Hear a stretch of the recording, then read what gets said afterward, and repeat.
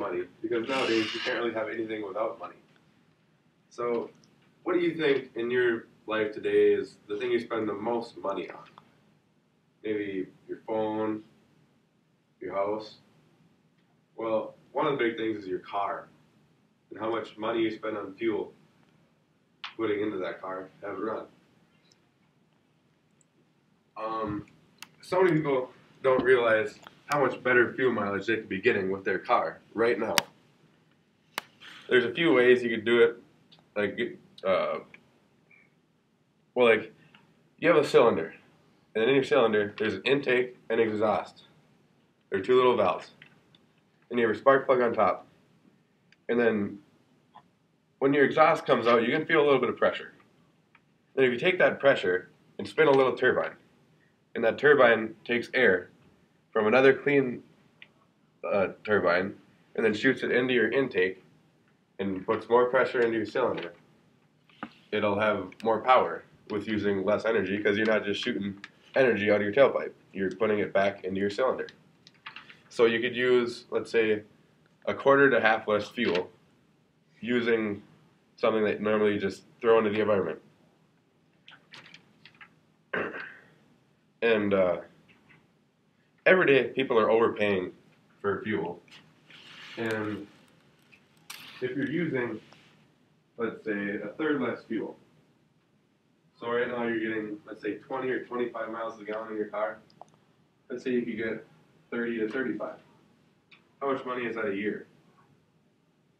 Probably $500. You can do a lot with that. And they all say about supply and demand, and if everyone's using less fuel, gas would be cheaper. So you're saving money and using less.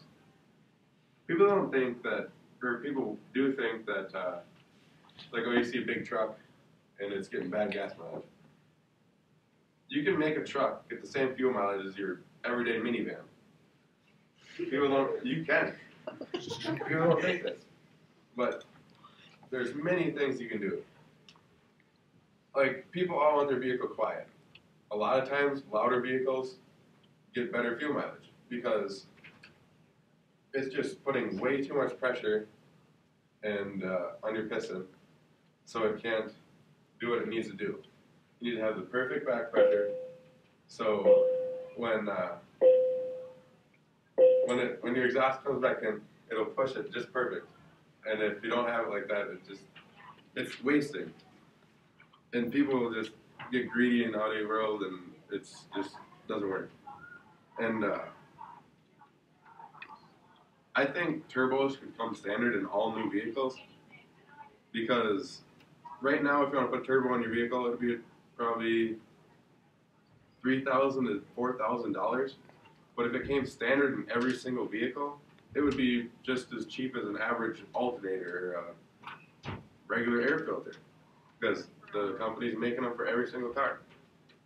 And this would save tons of fuel and tons of time, or that's money.